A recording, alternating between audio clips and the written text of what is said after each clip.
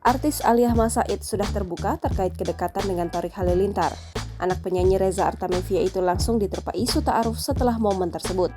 Alia Said buru-buru klarifikasi soal kabar ta'aruf dengan Thorik Halilintar. Ia juga meminta doa baiknya saja untuk dirinya dan adik YouTuber Atta Halilintar itu.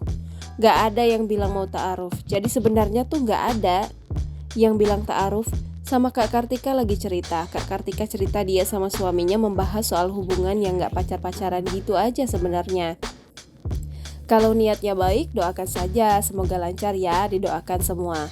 Ujarnya saat ditemui di kawasan Gandaria, Jakarta Selatan belum lama ini. Lebih lanjut, bintang film sayap kecil Garuda itu menjelaskan bukan berarti sudah bicara dengan orang dewasa soal hubungan.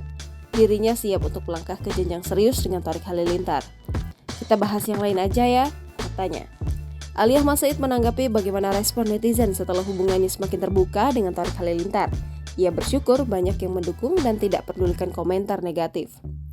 Fans support bersyukur banget, orang-orang sekitar juga, tuturnya.